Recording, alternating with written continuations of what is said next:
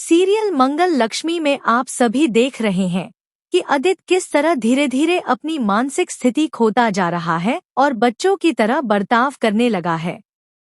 जहां एक और पूरा परिवार इस हालत को देखकर परेशान है, वहीं दूसरी ओर कई बार उसकी हरकतें सबको शर्मिंदा भी कर देती हैं।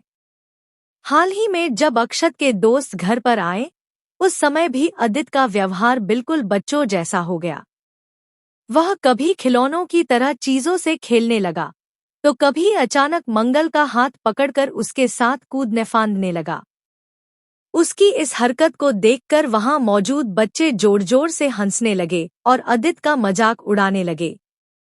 लेकिन यह नजारा अक्षत के लिए बहुत शर्मिंदगी भरा साबित हुआ।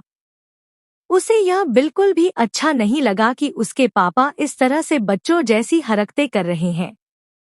स्थिति तब और बिगड़ गई जब आदित्य ने अक्षत के ही एक दोस्त से बहस करना शुरू कर दिया और फिर उस पर हाथ उठाने की कोशिश भी करने लगा। तभी मंगल ने तुरंत बीच बचाव किया और किसी तरह आदित्य को वहां से हटाया। घर वाले आदित्य की इस हालत को देखकर और भी परेशान हो गए।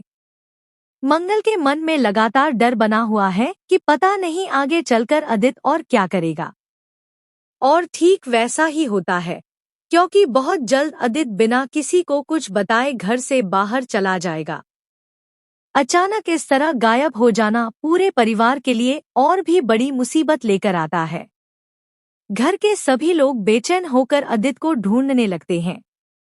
मंगल रोते हुए उसे खोजने निकलती है, कुसुम का दिल डर से बैठ जाता है और सौम्या का गुस्सा 7वें आसमान पर पहुंच जाता है, क्योंकि वह पहले से ही आदित्य की हरकतों से तंग थी।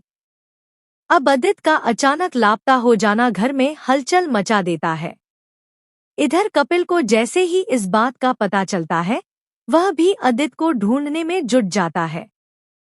पूरे मोहल्ले में खोजबीन शुरू हो जाती है। लोग तरह तरह की बातें करने लगते हैं कि आखिर आदित्य कहाँ चला गया। घंटों की मशक्कत और ढेर सारी परेशानियों के बाद आखिरकार कपिल और मंगल को आदित्य मिल ही जाता है और वे दोनों उसे घर वापस लेकर आते हैं। लेकिन यहाँ सवाल यह खड़ा होता है कि आदित्य का यह अजीबोगरीब बर्ताव आखिर कब तक चलता रहेगा।